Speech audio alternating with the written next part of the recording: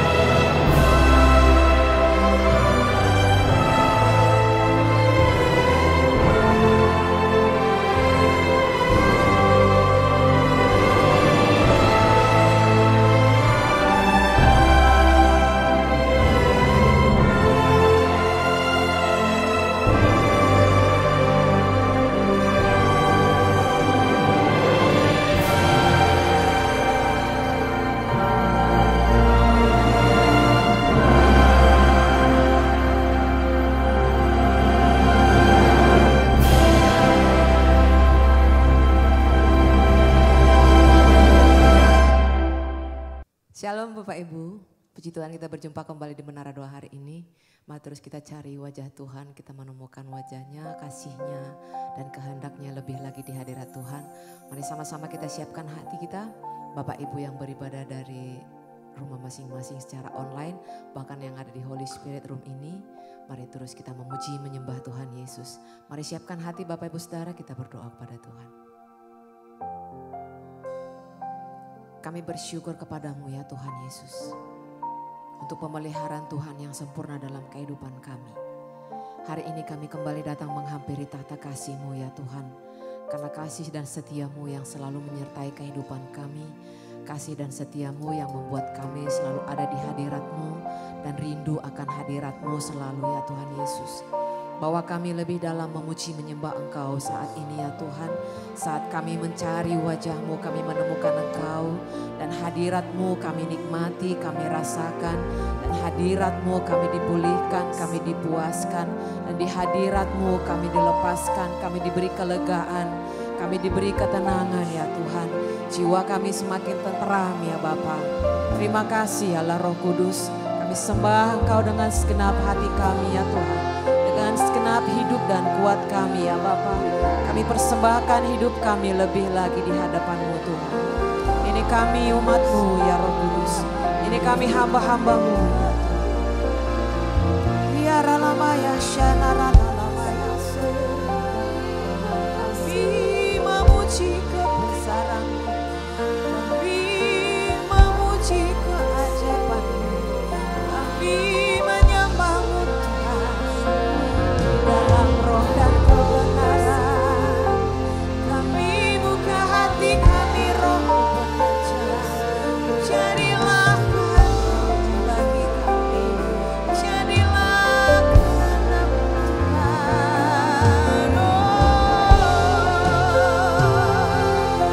Raja beri tegar hati. Hadirat-Mu nyata. Hadirat-Mu kami rasakan. Haleluya.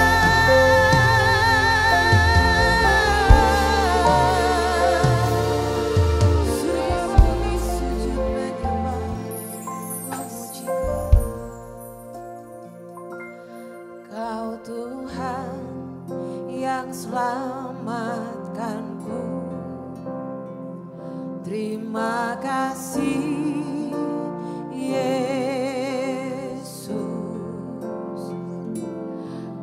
Tuhan yang pulihkanku, terima kasih.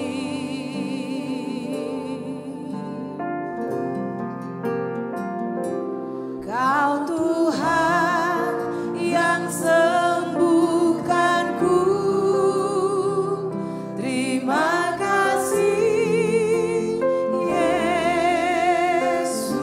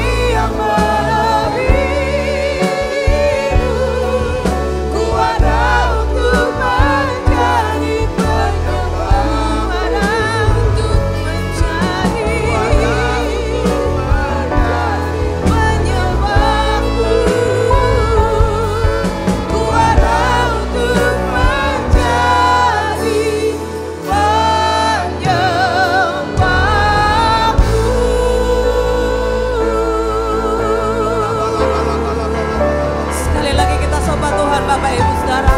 Ora lalabaya syadara lalalabatakara lalabaya se. Semakin kami merasakan hidup kami mendekat kepada Engkau ya Tuhan saat ini ya Bapa. Lebih lagi Tuhan, ulurkan tangan-Mu bagi setiap kami hamba-hamba-Mu ya Tuhan. Biarlah kami melupakan apa yang ada di belakang kami ya Tuhan. Kami berlari kepada tujuan yang sudah Kau kehendaki bagi setiap kami ya Roh Kudus. Oh rabatakara lalabaya syadara lalalabatakara lalalabatakara lalalabatakara. Segenap hidup kami mengikuti jalan-jalan-Mu ya Tuhan Yesus. Tuntun kami setiap saat dengan firman-Mu ya Bapa, dengan kuasa Roh Kudus-Mu ya Tuhan Yesus. Oh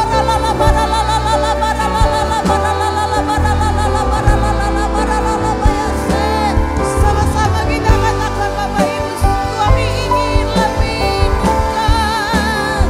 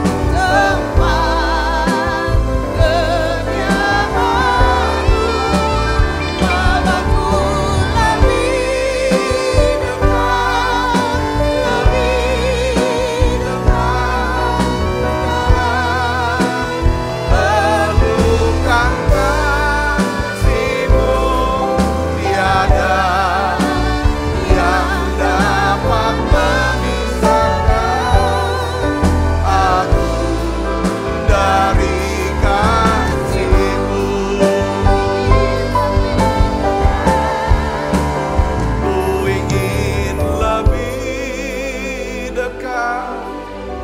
lebih dekat, masuk dalam hadirat-Mu dan menikmati indahnya tempat kediaman-Mu. Bawaku lebih dekat, bawa kami lebih dekat lagi Tuhan. Pelukan kasih-Mu, tiada yang dapat memisahkan daku dari kasih-Mu. Terima kasih Tuhanku, terima kasih Tuhan Yesus. Terima kasih untuk Roh Kudus-Mu yang memenuhi kami. Terima kasih untuk hadirat-Mu yang begitu kuat Tuhan. Melawat, menjamah, memenuhi kami Tuhan. Dalam hadirat-Mu itu ada sukacita-Mu ya Tuhan. Dalam sukacita-Mu di situ ada perlindungan, ada kekuatan buat setiap kami. Bapa, dalam nama Yesus, biarlah ya Tuhan, Engkau Allahku, bawa kami, tarik kami masuk dalam hadirat-Mu lebih lagi. Mengenal Engkau, mengenal kasih-Mu, mengenal kuasa-Mu. Sehingga kami Tuhan makin percaya, bagi Tuhan tidak ada yang mustahil. Bagi Tuhan tidak ada yang mustahil. Ajar kami bisa percaya Tuhan. Terima kasih Tuhan, terima kasih, terima kasih. Tuhan tahu segala doa kami, cerita hati kami yang sudah kami naikkan ke hadapan-Mu ya Tuhan. Tuhan, kami percaya Engkau sudah dengarkan ini Tuhan. Engkau sedang menjawab ini Tuhan. Bicara buat tiap kami Tuhan. Bicara buat kami. Ya Tuhan, kami siap mendengar dan melakukannya ya Bapa. Terima kasih. Yang sakit Tuhan sudah sembuhkan. Yang lemah Tuhan kuatkan, yang susah Tuhan hiburkan. Bahkan Tuhan sedang memulihkan ya Tuhan keadaan setiap anak-anak-Mu ya Tuhan. Yang sedang mengalami ya Tuhan stres, depresi ya Tuhan. Apapun ya Tuhan, biarlah Tuhan Engkau Allah yang memulihkan. Ya Tuhan, terima kasih banyak Bapa. Terima kasih Roh Kudus. Di dalam nama Yesus kami berdoa, haleluya, amin. Beri tangan yang meriah saudara. Silakan kembali Ibu Bapak. Shalom, puji Tuhan. Hari ini kita akan bahas tentang bagaimana saudaraku mengenal Tuhan dan kita bisa melakukan daripada kehendaknya. Saya berikan judul daripada khotbah ini yaitu kunci kebahagiaan. Kunci kebahagiaan hidup kita tertinggi adalah kita bisa kenal Tuhan saudaraku. Mengenal Tuhan dan bisa melakukan kehendaknya. Itu plong, pasti bahagia hidup kita. Ya, itulah yang ditulis oleh Rasul Paulus saudaraku. Ya, dia tulis dalam, mari kita buka Alkitab kita dalam Filipi pasal 3. Kita akan baca sama-sama. Filipi 3 ayat 10 sampai 14. Kita akan baca bersama-sama. 1, 2, 3. Yang ku kehendaki ialah mengenal Dia dan kuasa kebangkitannya dan persekutuan dalam penderitaannya, di mana aku menjadi serupa dengan Dia dalam kematiannya, supaya aku akhirnya beroleh kebangkitan dari antara orang mati. Pengharapan terbesar kita adalah kebangkitan dari antara orang mati ini saudara. Kalau kita mengalami kebangkitan, semua masalah kita selesai itu sudah. Katakan tidak ada lagi air mata. Itulah tanda saudara kita sudah pakai tubuh kemuliaan. Nah sekarang saudaraku itu tujuannya. Sekarang apa saudaraku? Bagaimana cara mencapai tujuan ini? Rasul Paulus saudara menjelaskan 4 langkah. Di dalam ayat 12 sampai 14. Kita akan baca sama-sama. 1, 2, 3. Bukan seolah-olah aku telah memperoleh hal ini. Atau telah sempurna. Melainkan aku mengejarnya. Kalau aku dapat juga menangkapnya. Karena aku pun telah ditangkap oleh Kristus Yesus. Saudara-saudara, aku sendiri tidak menganggap bahwa aku telah menangkapnya. Tetapi ini yang kulakukan, aku melupakan apa yang telah di belakangku. Mengarahkan diri kepada apa yang di hadapanku. Dan berlari-lari kepada tujuan untuk memperoleh hadiah. Yaitu panggilan sorgawi dari Allah dalam Kristus Yesus. Katakan amin. Jadi saudara, kebahagiaan, kunci kebahagiaan adalah semakin mengenal Tuhan dan melakukan kehendaknya.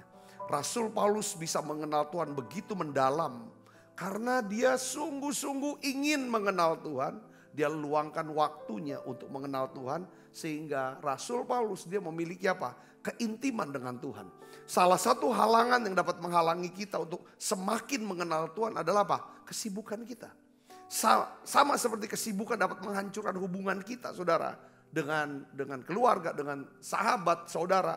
Demikian juga saudaraku, kesibukan bisa menghancurkan hubungan kita dengan Tuhan.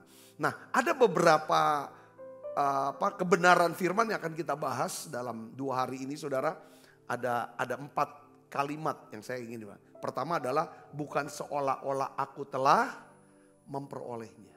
Bukan seolah aku telah memperolehnya. Ini mah Rasul ya, saya berpikir waktu dia tulis saudara ya surat Filipi ini. Rasul Paulus itu sebenarnya itu sudah tua.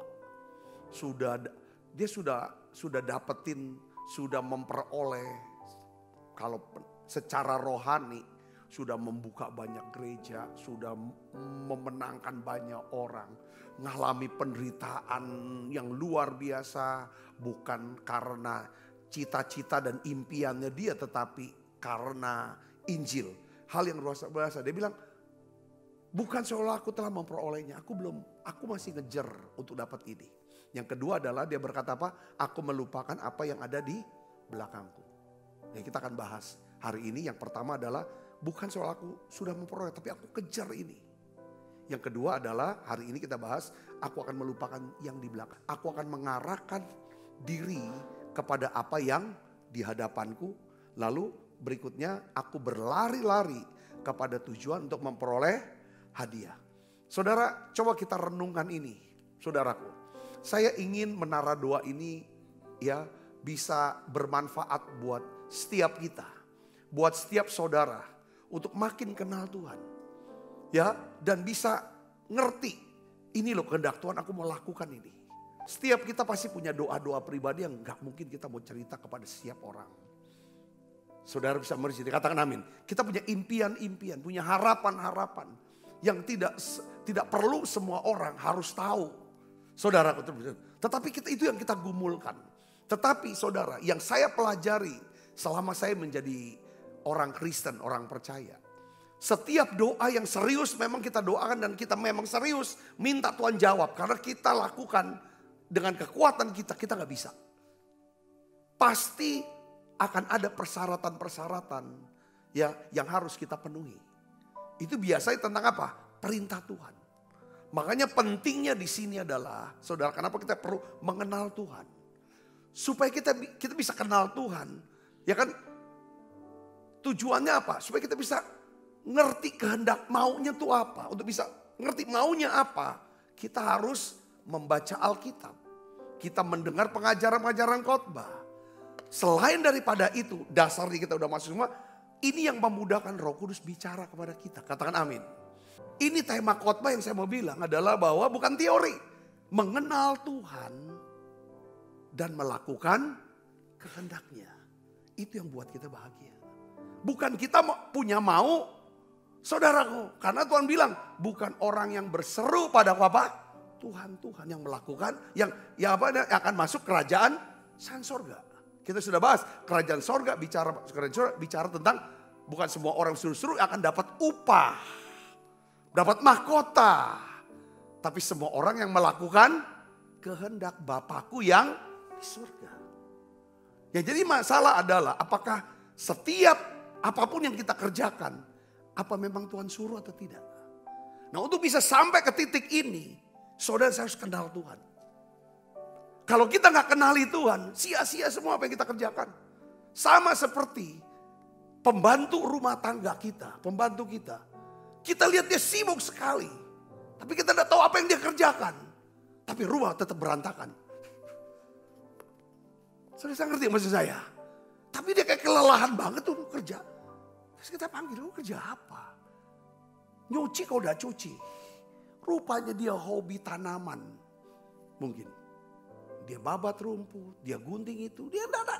Iya, itu memang kerjaan di rumah kita. Tapi yang penting kan baju kalau kita mau pakai harus ada. Kita mau makan bisa tersedia, dia bisa masak. Itu yang kehendak kita, betul. Saudaraku, yang utama. Tapi dia gak lakukan. Apa kita senang? Apa kita biarin dia kerja? Apa kita bertahun-tahun? Nggak ada. Itu harus get out dari kita. Saya bisa ngerti gak sini? Katakan amin. Jadi kita belajar nih. Rasul Paulus ini benar-benar rasul. Saya berpikir ini rasul yang benar-benar upahnya, mahkotanya luar biasa. Karena saudara, cita-cita dia bukan jadi pendeta besar. Bukan punya mobil sekian, jadi ini jadi itu. Dia berkata saudaraku, yang ku kehendaki ialah mengenal dia. Dan kuasa kebangkitannya. Dan persekutuannya dalam penderitaannya. Aku mau menderita, aku mau susah. Ya kan? Demi aku bisa kenal dia. Dan tahu kehendaknya apa, lalu aku lakukan itu. Supaya aku makin serupa dengan dia. Karena impian dia adalah, tujuan akhir dia adalah apa? Supaya aku beroleh kebangkitan dari antara orang mati. Wah, ini keren banget saudaraku. Ya. Nah, lalu dia mulai jelaskan Rasul Paulus nih. Nah, ini untuk kita juga bisa belajar hari ini. Saya sama-sama. Dia jelaskan, ada 4 langkah untuk kita bisa makin kenal Tuhan. Kalau kita belajar terus mengenal Tuhan, hidup kita tuh lebih tenang. Ya kan? Lebih berbahagia. Setuju gak saudara? Katakan amin. Gak khawatir dengan apa yang akan terjadi, apa kata orang. Yang penting, ya kan? Aku bisa kenal dia, lakukan apa yang dia mau.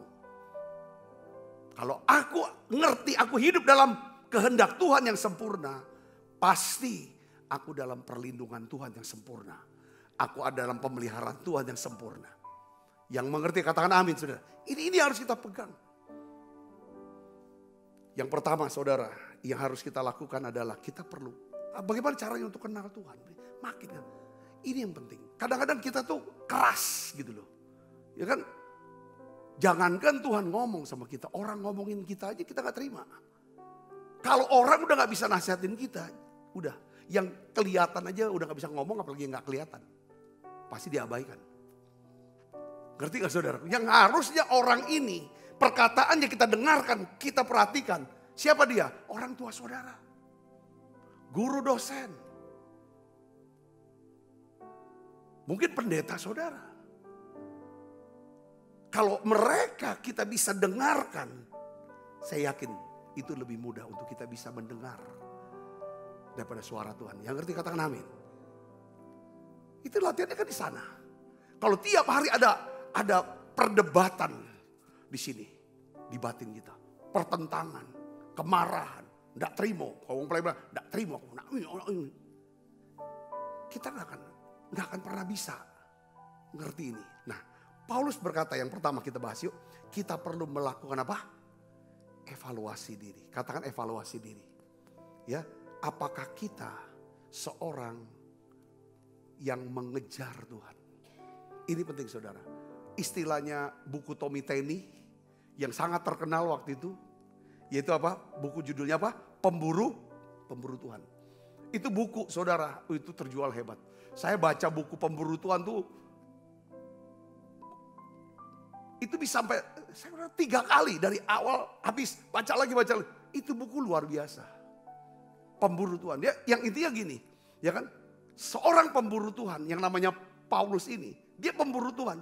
Dia memburu Tuhan, dia mengejar Tuhan, justru dia yang ditangkap oleh Tuhan. Saudara ini dia, ya kan? Apakah kita seorang yang masih mengejar Tuhan? Karena kita ini masih sedang membahas tentang bagaimana memelihara atau menjaga api Tuhan tetap menyala. Seorang yang mengejar Tuhan adalah seorang yang suka akan apa? Hadirat Tuhan. Ya, suka akan apa? Firman Tuhan. Dan dia hidupnya dikuasai oleh Roh Kudus. Ada istilah zaman sekarang kan, pemburu rupiah. Pernah dengar gak pemburu rupiah? Ya kan? Seorang pemburu rupiah pasti dia suka akan rupiah. Dia nggak akan pernah, kita nggak akan pernah memburu apa yang kita benci, apa yang kita tolak, apa yang tidak kita sukai. Kita bisa memburu, mengejar, maksudnya kita kejar, saudara. Dengan sekuat tenaga kita. Karena kita memang menginginkan itu. Nah, untuk bisa menjadi seorang yang bisa mengenal Tuhan. Coba kita evaluasi.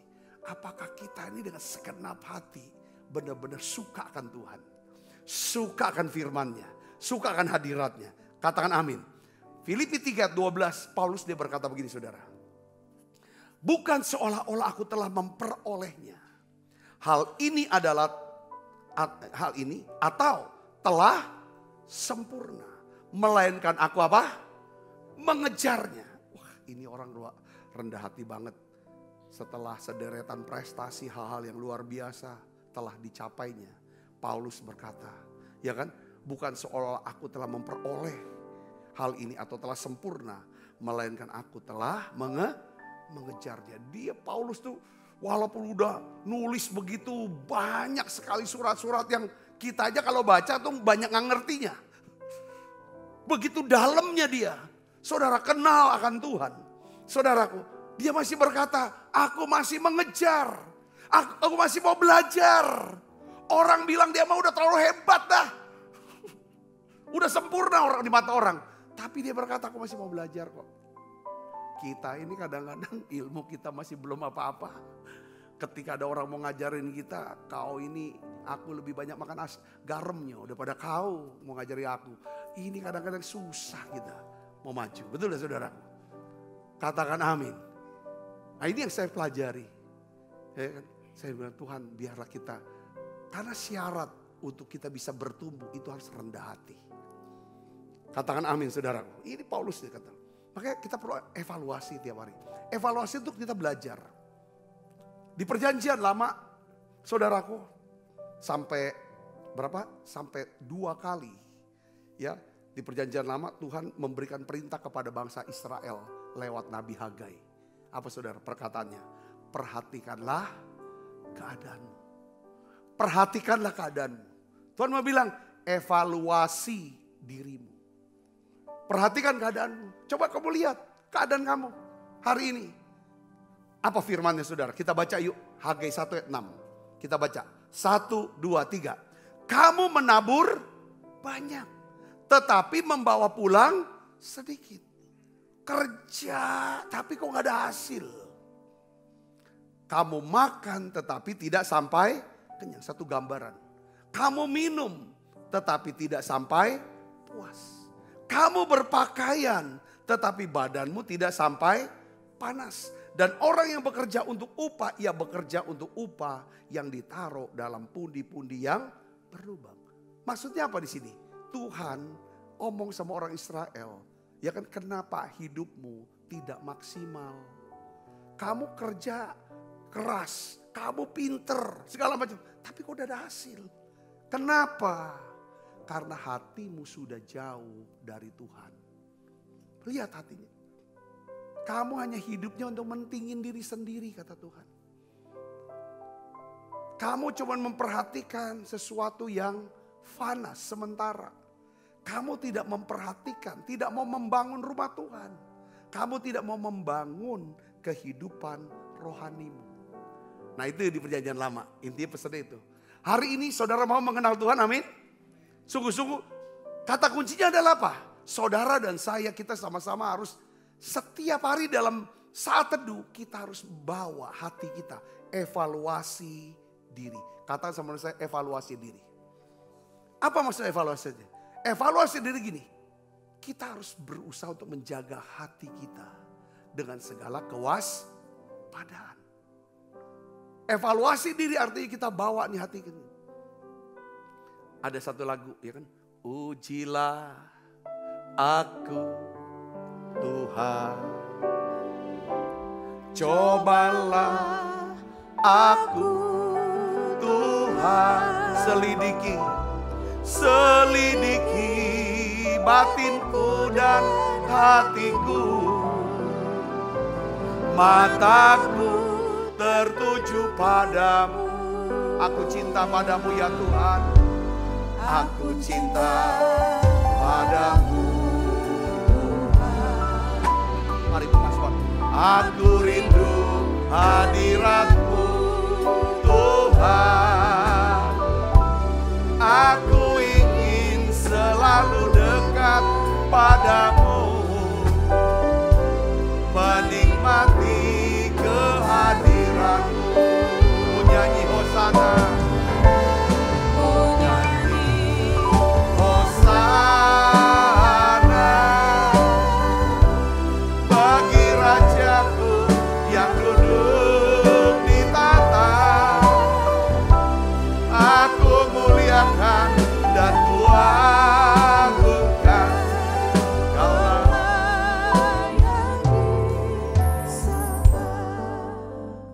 Amsal 4:23 hafal ya ayatnya saudara ya. Apa?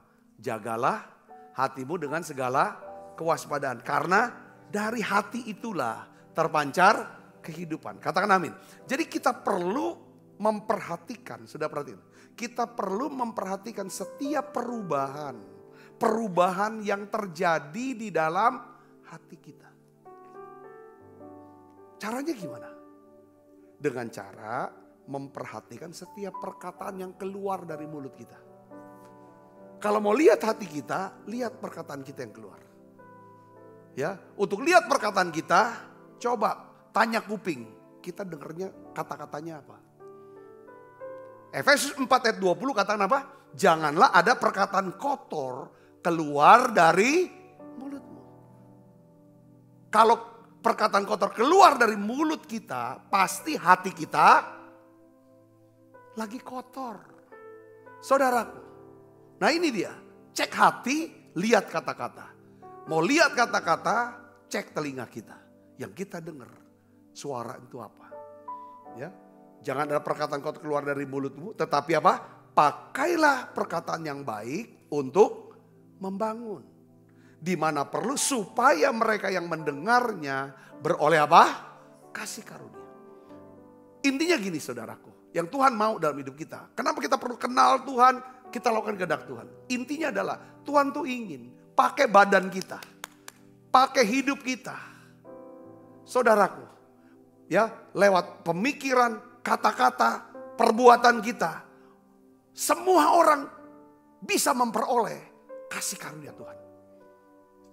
Katakan amin. Itu harus, jadi istilahnya gini, value yang kita mau pegang dalam hidup kita. Kata-kata saya yang keluar dari mulut saya, ya kan, setiap orang yang dengar dia akan beroleh kasih karunia. Dia bisa dapat kasih karunia karena kata-kata saya mengandung iman. Karena iman yang bisa menggerakkan kasih karunia Allah bisa bekerja. Katakan amin. Ya kan? Oleh kasih karunia kamu diselamatkan oleh iman. Ya, orang bisa dapat selamat, ya kan? Yang berupa kasih karunia berupa keselamatan karena ada iman. Kata-kata kita, perbuatan kita juga membuat iman. Saya bisa ngerti, katakan amin. Jadi hidup kita harusnya setiap keputusan yang kita ambil, setiap langkah yang kita mau langkah, kata yang kita mau keluar, saudaraku, kita harus bisa timbang supaya orang beroleh kasih karunia. Karena kita sudah dapat kasih karunia. Kalau setiap hidup kita, setiap langkah kita nabur terus benih kasih karunia, maka kasih karunia Allah akan makin besar dilimpahkan dalam hidup kita. Kalau kita hidup dalam kasih karunia, ini yang membuat orang jadi cemburu.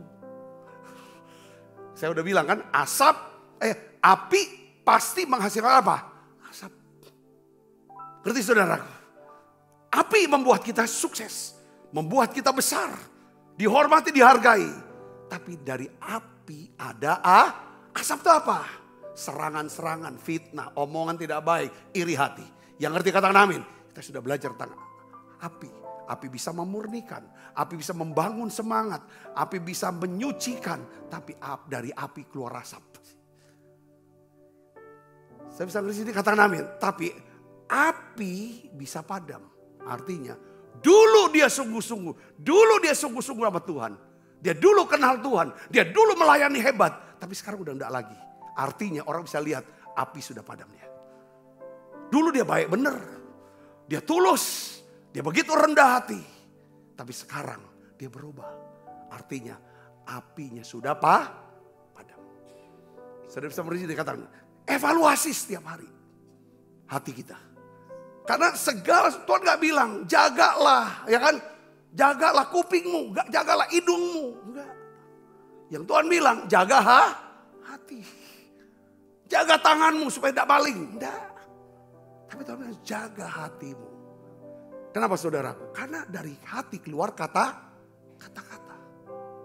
Ya, coba Matius 15 ayat 18 sampai 19. Kita baca sama-sama yuk. 1, 2, 3. Tetapi apa yang keluar dari mulut berasal dari apa? Hati. Dan itulah yang menajiskan orang. Karena dari hati timbul segala pikiran jahat. Dari hati timbul pikiran jahat. Dari hatilah terjadinya pembunuhan, perzinahan, percabulan, pencurian, sumpah palsu, dan hujat. Saudara tahu, sebelum segala sesuatu ini terjadi, ya saudara, itu harus terjadi dulu di mana? Di hati. Saya bisa ngerti, katakan amin. Pertanyaan untuk evaluasi diri kita adalah, apakah saya masih melekat?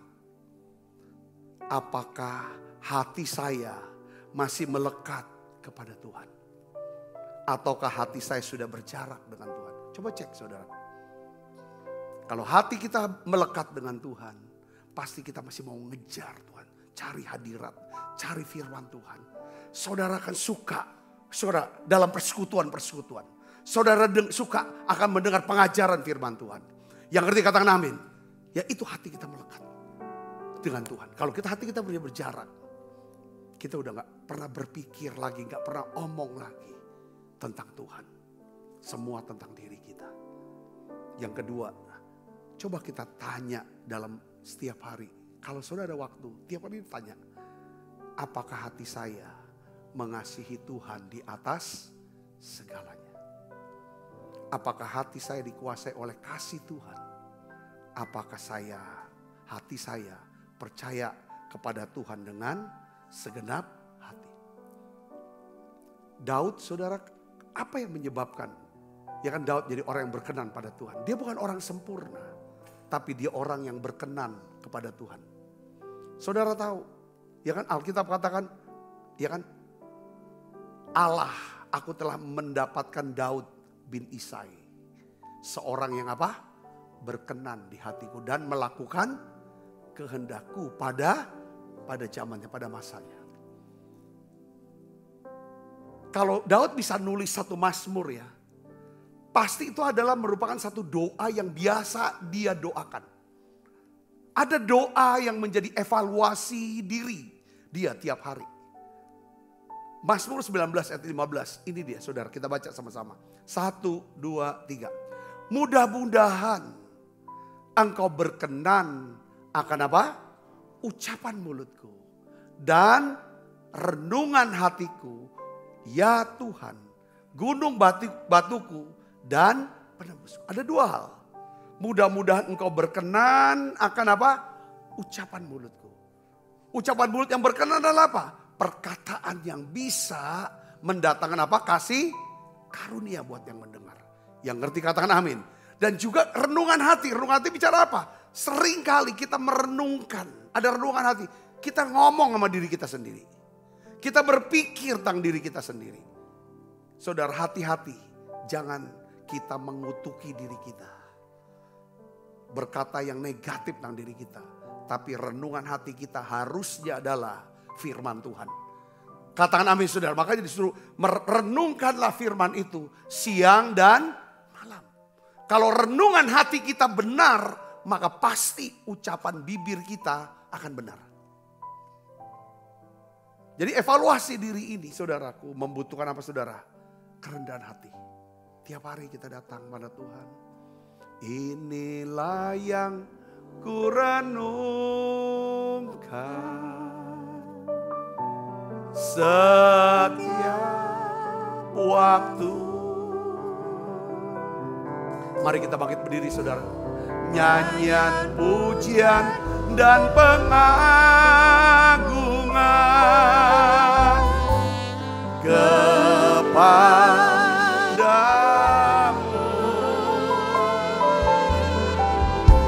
Biarlah manis kau dengar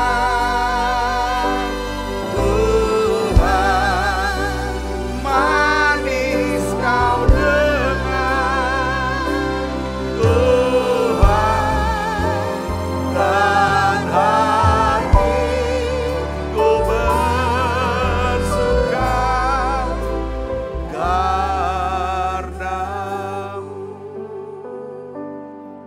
Mari tutup mata Ibu Bapa sebelum kita makan perjamuan kudus.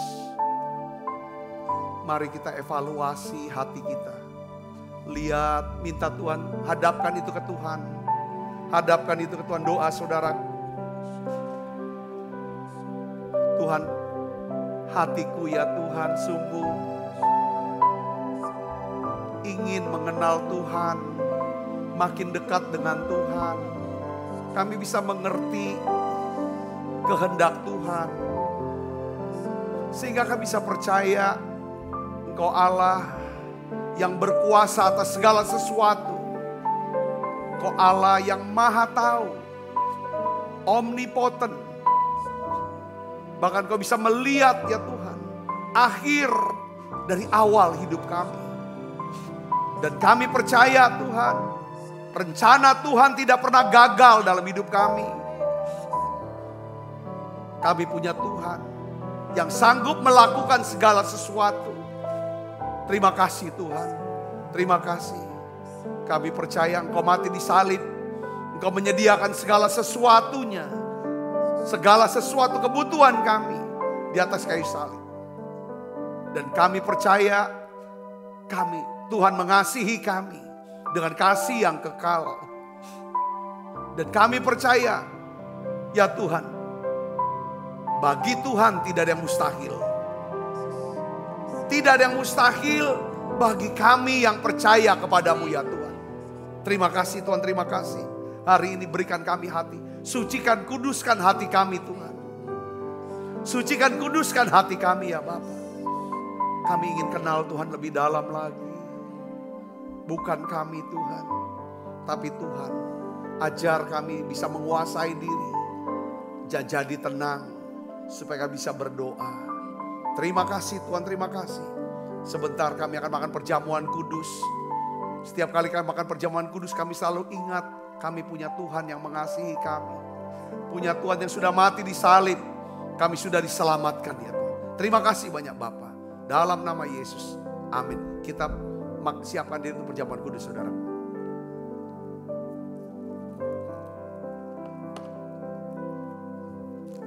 Mari angkat roti di tangan kita tinggi-tinggi di depan Tuhan. Sebab apa yang telah teruskan kepadamu, telah aku terima dari Tuhan. Yaitu bahwa Tuhan Yesus pada malam waktu diserahkan mengambil roti. Dan sudah itu ia mengucap syukur atasnya. Ia memecah-mecahkannya dan berkata, inilah tubuhku yang diserahkan bagi kamu. Perbuatlah ini menjadi peringatan akan aku. Saudaraku, bukankah roti tangan kita ada pesuan kita dengan tubuh Kristus? Mari kita makan dalam.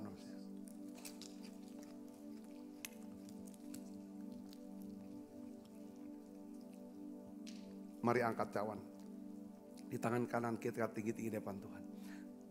Demikian juga yang mengambil cawan sudah makan berkata, cawan ini adalah perjanjian baru yang dimeteraikan oleh darahku. Perbuatlah ini setiap kali kamu meminumnya menjadi peringatan akan aku. Saudaraku, bukankah cawan perjanjian ini yang atasnya kita ucapkan syukur ada pesuan kita dengan darah Kristus? Mari kita minum dalam nama Yesus.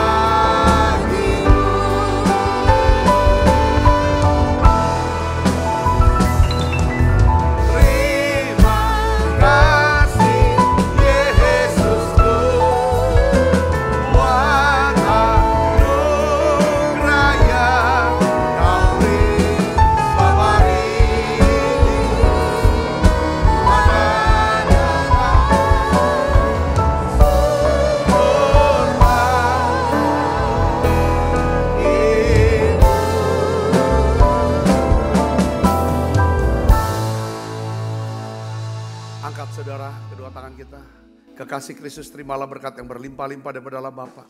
Di dalam anaknya yang Tuhan kita Yesus Kristus. Persuan yang manis para Roh Kudus menyertai saudara semua mulai saat ini. Sampai Yesus datang menjemput kita permai dan sampai selama-lamanya. Semua kita yang percaya dan berkati sama-sama katakan amin. Tuhan berkati saudara semuanya.